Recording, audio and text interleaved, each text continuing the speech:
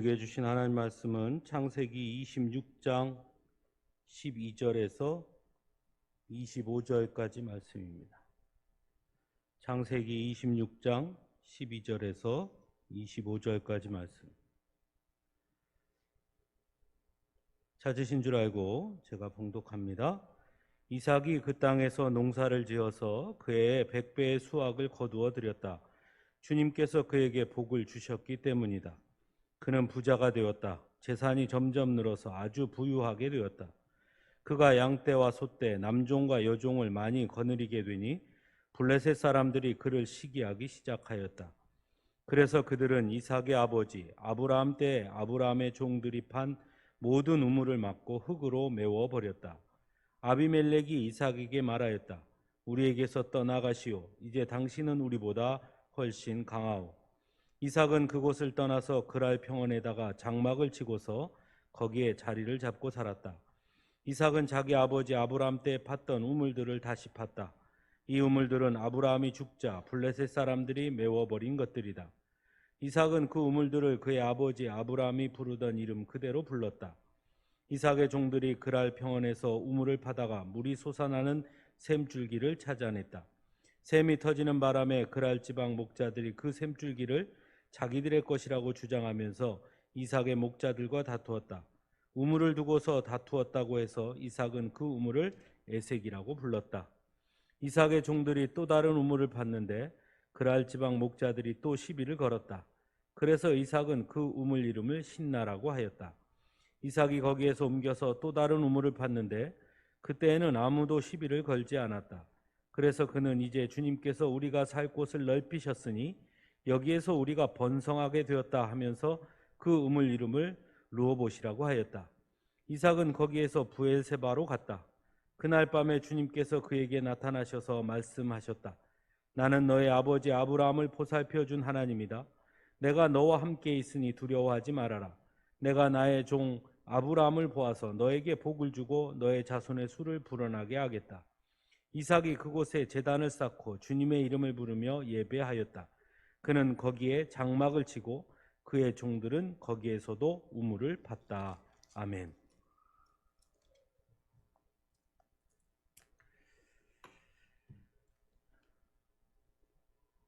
구약 성경에 보면 이스라엘 백성들의 신앙 고백이 등장하죠. 가장 오래된 이스라엘 백성들의 신앙 고백에 항상 등장하는 세 사람이 있습니다. 바로 아브라함과 이삭과 야곱입니다. 그들은 아브라함의 하나님, 이삭의 하나님, 야곱의 하나님이라고 항상 고백합니다. 이처럼 아브라함과 이삭 그리고 야곱은 이스라엘의 시작에 있어 매우 중요한 인물들임에 틀림이 없습니다. 하지만 아브라함, 이삭, 야곱의 삶을 살펴보면 아브라함은 이스라엘의 시작이라는, 그래서 흔히 우리가 믿음의 조상이라는 아주 큰 위치를 차지하고 있고, 야곱은 실제로 그를 통해 12지파가 시작되었다는 나름의 위치를 차지하고 있는 것을 볼 수 있습니다. 또한 아브라함과 야곱의 삶에는 100세의 아들을 낳기도 하고 팥죽으로 장자권을 빼앗음으로 삼촌의 집으로 도망을 가기도 하는 등 파란만장한 사건들이 많이 있음을 보게 됩니다. 그러나 그에 비해 이삭의 삶은 별로 큰 사건들이 없는 것처럼 보여지기도 합니다. 그리고 그의 사건은 대부분 아버지 아브라함과 비슷한 일들을 겪었다라는 것을 보여줄 뿐입니다. 그저 이삭의 삶은 그래서 우물을 판 이야기만 가득한 것처럼 보여지기도 합니다. 하지만 우리가 잘 아는 것처럼 이삭은 아브라함이 100세에 낳은 기적의 아들이었고 또한 하나님께 바쳐진 그런 아들이었습니다.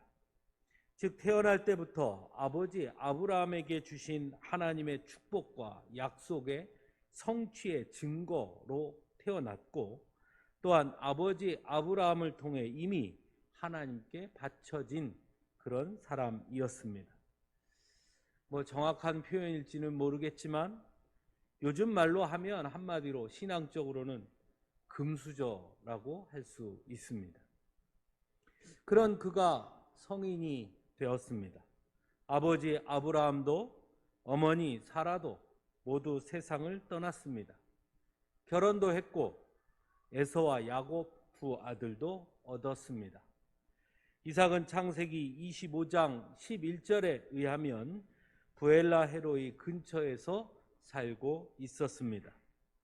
그런데 문제가 생깁니다. 바로 그 땅에 흉년이 들었던 것입니다. 어떻게 보면 이삭에게는 처음으로 맞닥뜨리는 위기였습니다. 아버지 아브라함 때도 흉년을 겪은 적이 있었습니다. 그리고 아브라함은 우리가 잘 아는 것처럼 그 흉년을 피해 이집트로 내려갑니다. 이삭도 그것을 아주 잘 알고 있었을 것입니다. 우리는 때로 경험을 아주 중요하게 여깁니다. 아마도 그래야 실패할 확률이 적고 또 그래야 더욱 안전하다고 여기기 때문일 것입니다. 이삭 역시 마찬가지 아니었을까요?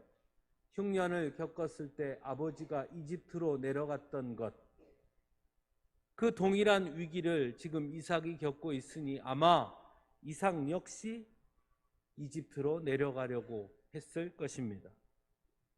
그래서 오늘 본문 창세기 26장 2절에 보면 하나님은 이삭에게 나타나서 이집트로 가지 말아라 라고 직접 말씀하시는 것을 볼 수 있습니다. 즉 이 말은 거꾸로 이야기하면 이삭이 이집트로 내려가려고 했던 그런 생각을 가졌다는 것을 알 수 있습니다.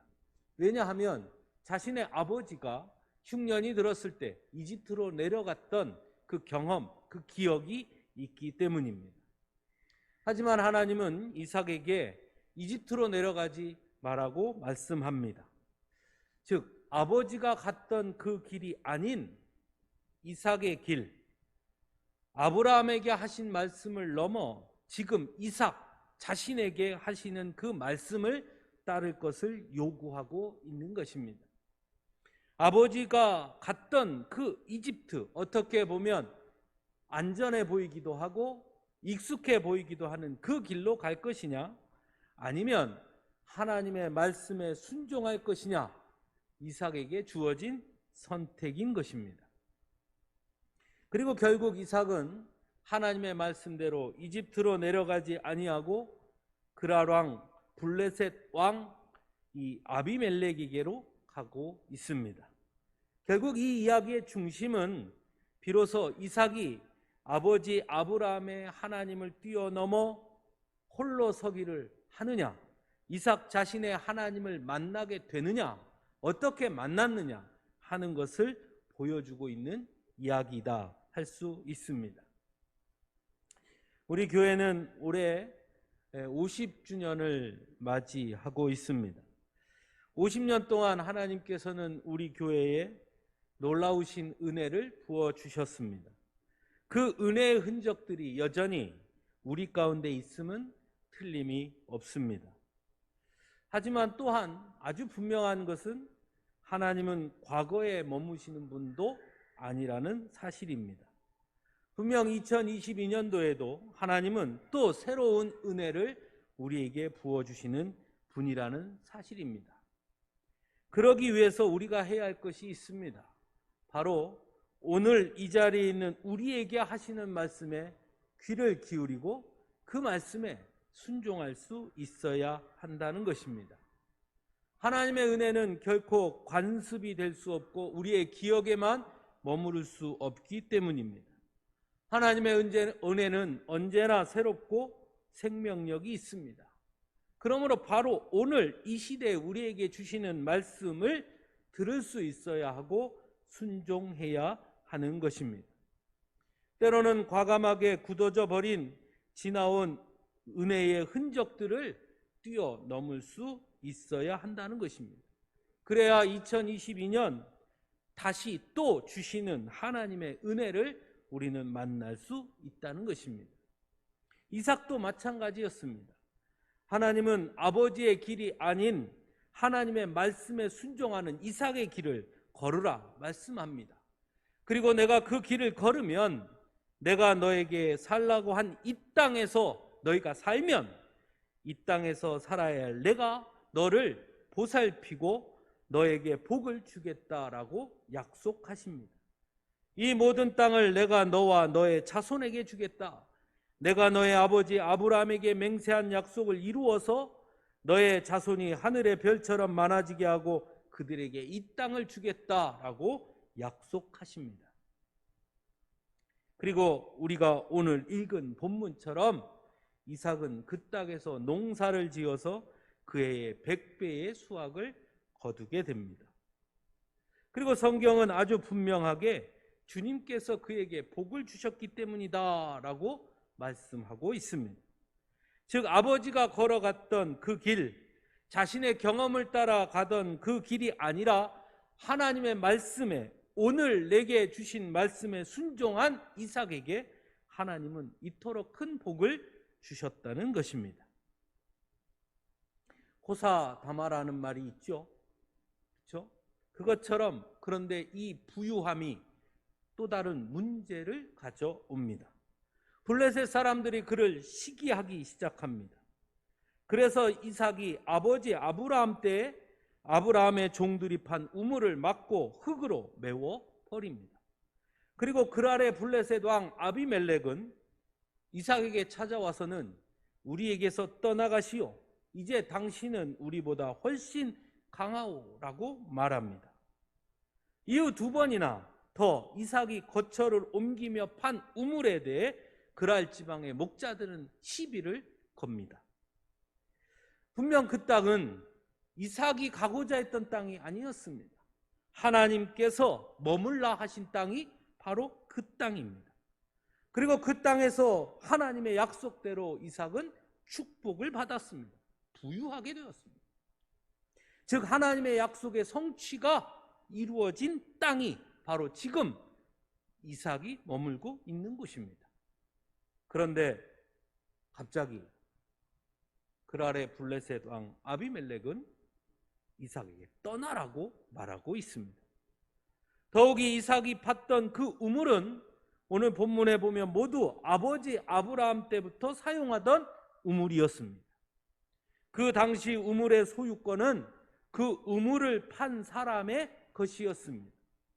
그런데 자신들의 것이라고 주장하면서 자신들 마음대로 그 우물을 모두 메워버린 것입니다.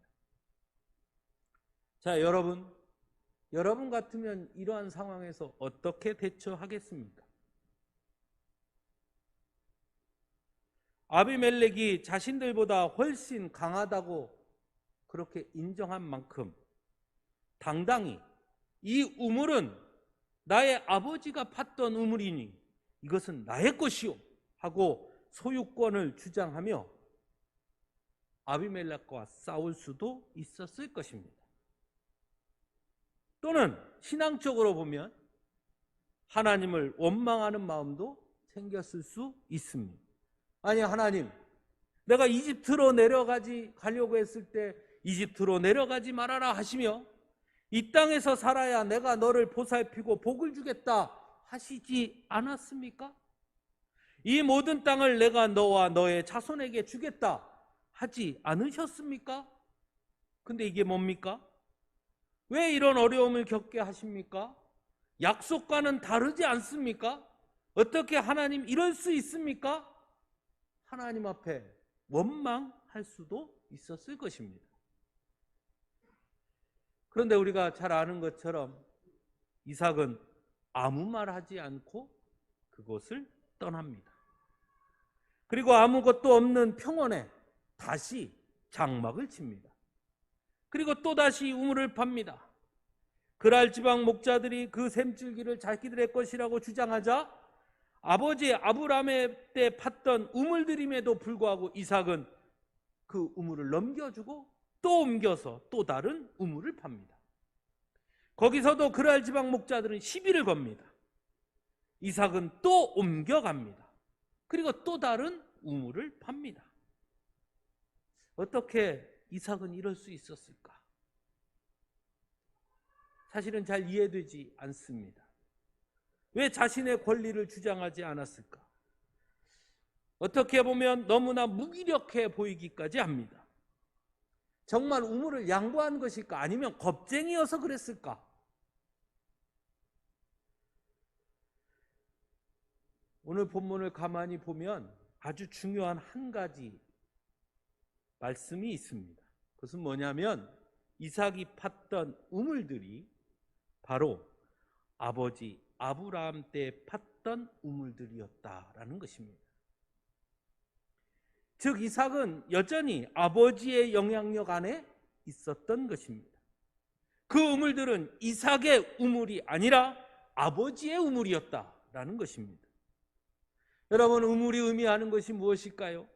바로 축복의 상징이고 하나님의 인도하심의 상징입니다.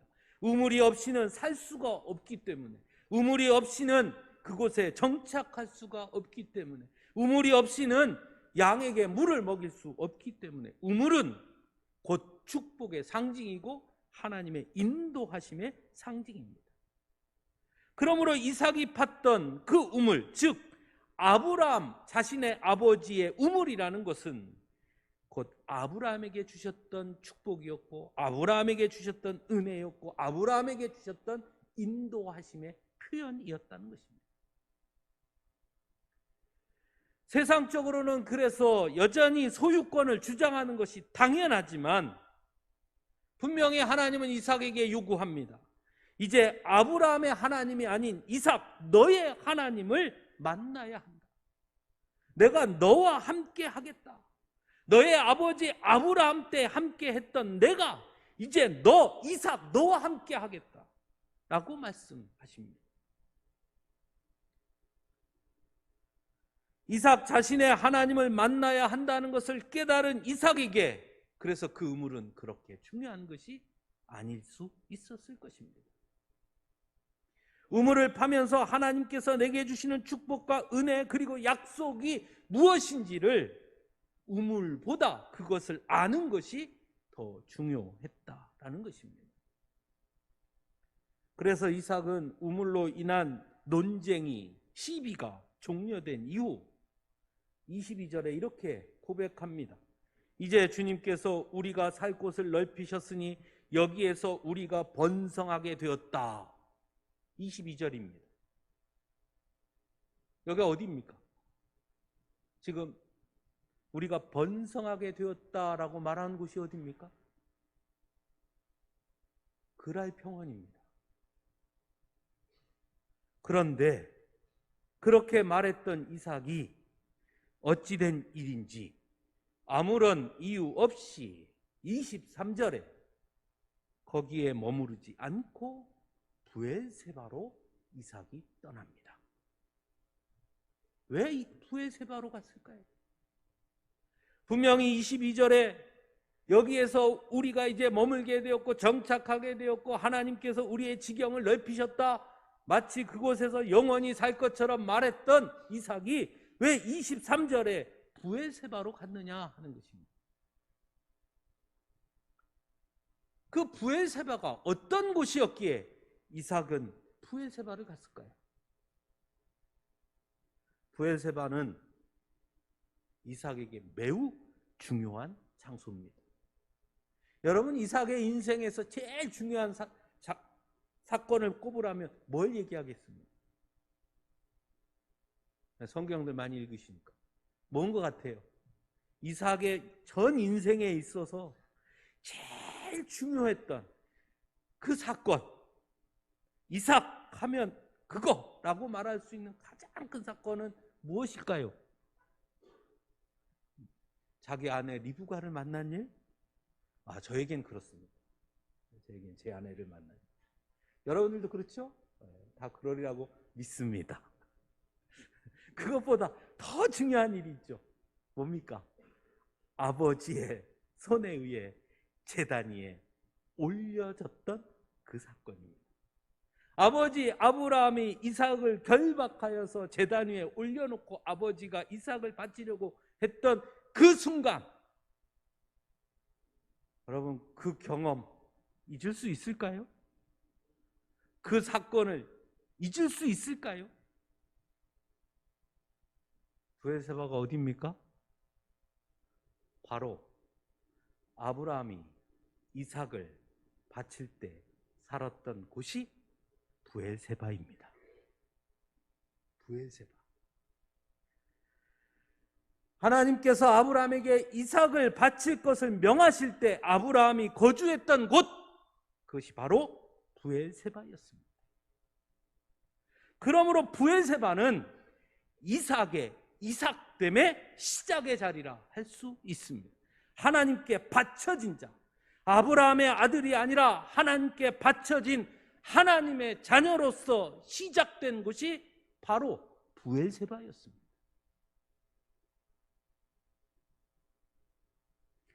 이삭은 그것을 깨달은 것이 아닐까요? 아버지의 우물들을 따라 살던 이삭이 나는 아버지 하나님을 믿는 것이 아니라 내 아버지 아브라함의 하나님이 아니라 나의 하나님 이삭의 하나님을 만나야 하는구나. 브엘세바로 향했던 것입니다.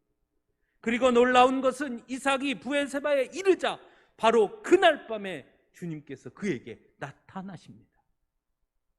나는 너의 아버지 아브라함을 보살펴준 하나님이다. 그런데 이제 내가 너와 함께 있으니 두려워하지 말아라. 내가 나의 종 아브라함을 보아서 너에게 복을 주고 너의 자손의 수를 풀어나게 하겠다. 내가 너의 하나님이 되겠다. 비로소 이삭은 진정으로 자신에게 주시는 하나님의 축복의 약속을 만나게 되는 것입니다. 자신의 아버지 아브라함의 하나님이 아닌 바로 자신 이삭의 하나님을 만나게 된 것입니다. 결국 하나님은 우물의 논쟁을 통해서 이삭에게 홀로 서기를 가르쳐 주셨던 것입니다. 아브라함의 아들이라는 틀에 매여 있지 말고 이삭으로서 하나님 앞에 서도록 한 것입니다. 그렇게 하나님을 만난 이삭은 그곳에 제단을 쌓고 주님의 이름을 부르며 예배합니다. 아버지의 예배에 제물로 드려졌던 이삭이 이제 자신의 손으로 하나님께 예배하는 자가 된 것입니다. 그리고 거기에 장막을 치고 이제 자신의 우물을 팝니다. 더 이상 아버지 아브라함의 우물이 아닌 바로 자신의 우물, 이삭의 우물을 그곳에 팝니다. 내게 주신 은혜, 내게 주신 축복, 나를 인도하시는 하나님을 그는 그곳에서 만나게 되는 것입니다. 요즘 이제 2022년이 시작되면서 중고등부 예배를 제가 드리게 되는데요. 중고등부 예배를 드리면서 항상 그런 생각을 하게 됩니다. 저도 중고등부 시절에 그랬기 때문에 더 이해가 되기도 합니다. 저 아이가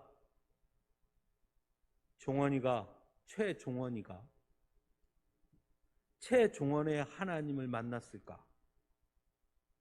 아니면 황미선 권사님의 하나님을 바라보고 가고 있는가?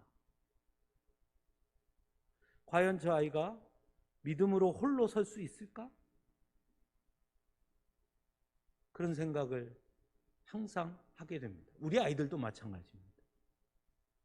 과연 나의 아이들이 목사님의 아들이라는 걸 떼고 조규성의 아들이라는 것을 떼고 얘가 정말 나의 하나님을 만났다고 고백할 수 있을까?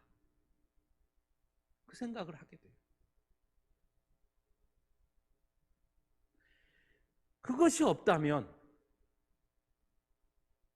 정말 하나님을 만났다고 말할 수 있을까요?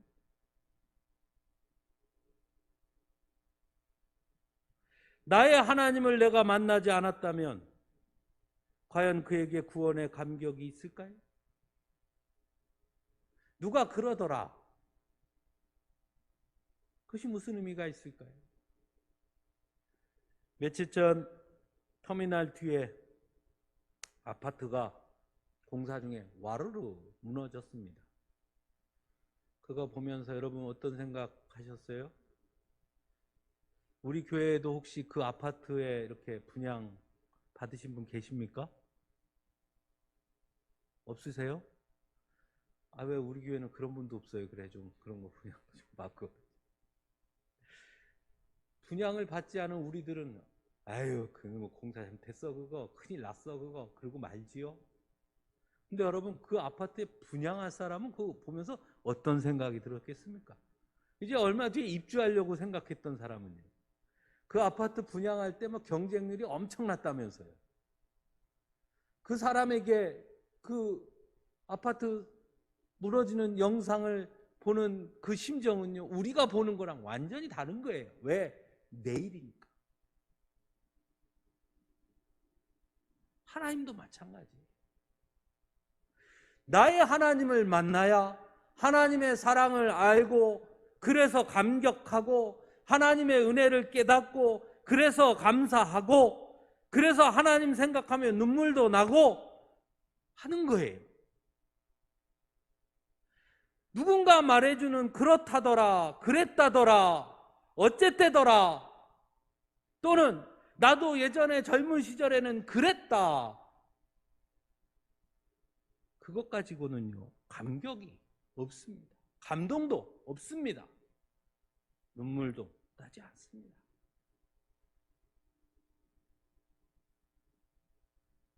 아브라함의 하나님, 그 위대한 나의 아버지의 하나님, 내 아버지에게 이렇게 하셨고 저렇게 하셨고 이삭은 너무나 잘 알았을 것입니다. 그게 중요한 게 아니에요. 나의 우물을 파야 하는 거예요. 내게 주신 우물에 물을 먹어야 되는 거예요. 하나님은 이삭에게 그것을 가르쳐 주었습니다. 사랑하는 성도 여러분, 이삭은 자신의 이익을 지키기 위해 다투지 않았습니다. 자신의 소유권을 주장하지도 않았습니다. 왜? 자신의 것이 아니기 때문입니다. 우리의 신앙 고백 중에 하나는 모든 것은 주님의 것입니다 라는 고백입니다. 여러분, 그 고백에 모두 동의하십니까? 그렇게 믿으십니까? 정말 주님의 것 맞습니까? 그런데 우리는 너무 자주 우리의 소유권을 주장합니다. 작은 이익을 지키기 위해 다른 사람들과 다툽니다. 이익을 위해 내게 주신 평안을 잃어버리고 분노하고, 때로는 상대를 저주하고 비난하기도 합니다. 하나님의 것이라면서, 내 것이 아니라면서. 정말 모든 것이 주님의 것이라고 고백하는 사람들이 맞는 것일까요?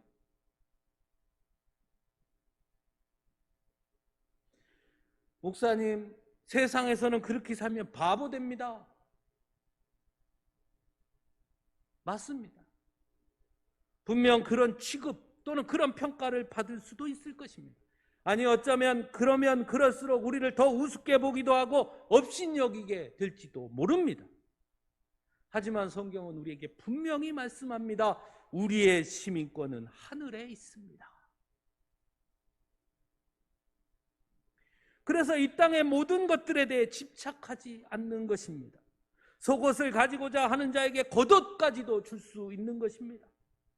그래서 예수님을 만난 삭개오는 자신의 모든 것을 팔아 나누어 줄 수 있었던 것입니다. 왜냐하면 나의 시민권은 하늘에 있음을 깨달았기 때문입니다. 내 손에 쥔 것이 내 것이 아니라 모두 주님의 것이라는 걸 고백하는 사람이기 때문입니다.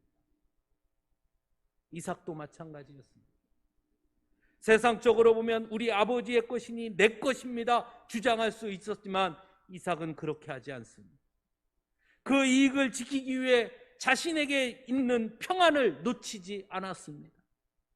그 이익 때문에 다투지 않았습니다. 이익 때문에 평화를 깨지 않았습니다.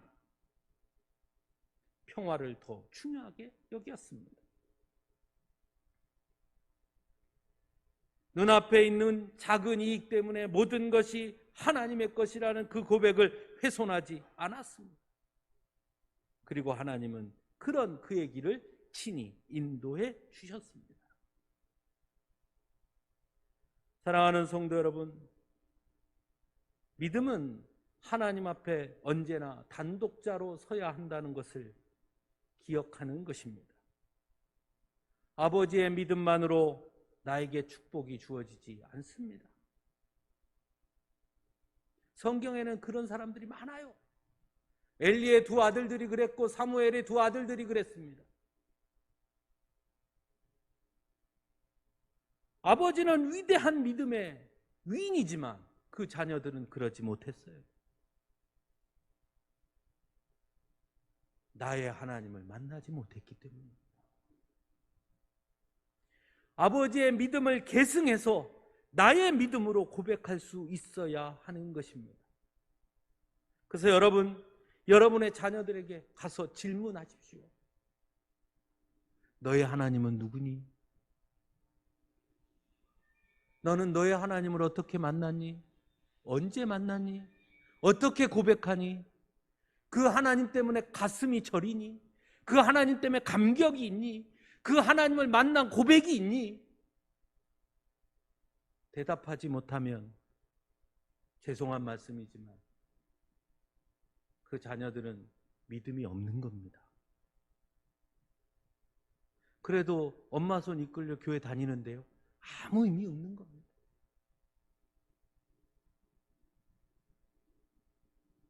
오늘 중고등부 예배 시간에 가인과 아벨 이야기했거든요. 여러분, 가인이 예배를 안 드려서 그렇게 됐습니까? 똑같이 아벨처럼 제사를 드렸어요. 그런데 왜 가인의 제물은 받지 않았습니까? 어린 시절 저 공과책에 보면 가인은 저기 농사지은 쭉정이를 드려가지고 하나님이 안 받았다고. 우리 하나님 그렇게 치사한 분 아닙니다. 성경에 분명히 그렇게 이야기합니다. 가인이 자신의 것을 받지 않자 화가 나서 얼굴빛이 변했다고 돼 있어요. 하나님이 그런 가인에게 이렇게 말합니다. 내가 올바른 일을 하였더라면 내가 어찌하여 화를 내느냐. 가인의 문제는 재물의 문제가 아니라 가인이 문제였던 거예요. 하나님 앞에 올바로 서 있지 않았던 것이 문제예요. 예배를 드리는 게 중요한 게 아니에요. 오늘 중고등부 아이들한테도 말했지만 전 세계에서 대한민국 교회처럼 예배 많이 드리는 교회 없습니다. 제가 따져보니까 1년에 제가 설교를요, 주일 오전 예배 50번, 오후 예배 50번, 수요 예배 50번, 150번이에요. 새벽 기도도 있죠. 여러분, 우리 예배 많이 드립니다. 예배가 중요한 게 아니에요. 그런데 왜 우리가 세상에서 손가락질 받습니까? 세상 사람들이 우리에게 너희는 왜 교회가 예배를 안 드리냐 하고 손가락질 합니까? 아니에요. 예배대로 예배 드릴 자격이 없다는 거예요.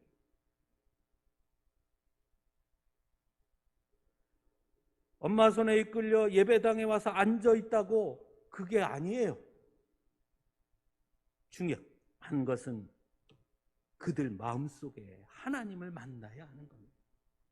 믿음의 고백은 그래서 언제나 현재형이 되어야 하는 것입니다. 지금 이 순간 만난 하나님을 매일같이 고백할 수 있어야 합니다. 과거의 우물이 아니라 지금 나의 우물을 팔 수 있어야 합니다. 바로 지금 여기에 여전히 우리와 함께 하시는 그 하나님을 매 순간 만날 수 있어야 합니다. 지금까지도 중요하지만 또한 그에 못지않게 더 중요한 것은 지금 내가 하나님 앞에 어떻게 서 있느냐가 더 중요하다는 것을 여러분 기억할 수 있어야 합니다. 저는 분명 확신합니다. 하나님은 지금도 여전히 지금 이 순간에도 나에게 축복해 주시기를 원하시고 우리 교회를 축복하시기를 원하신다고 저는 확신합니다.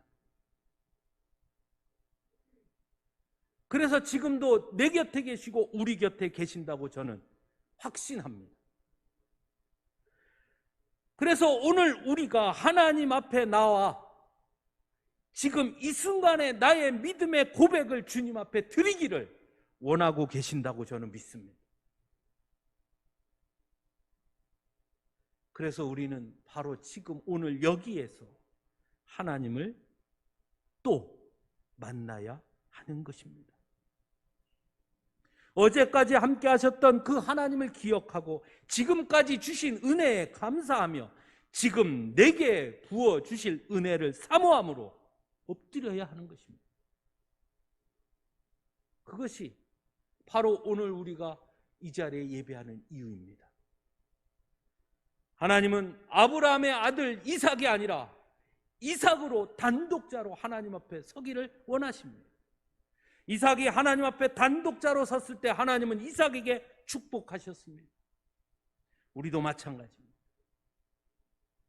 50년 된 서광주 교회도 중요하지만 2022년의 서광주 교회도 그에 못지않게 더 중요한 것입니다. 오늘 우리가 어떻게 서 있는가?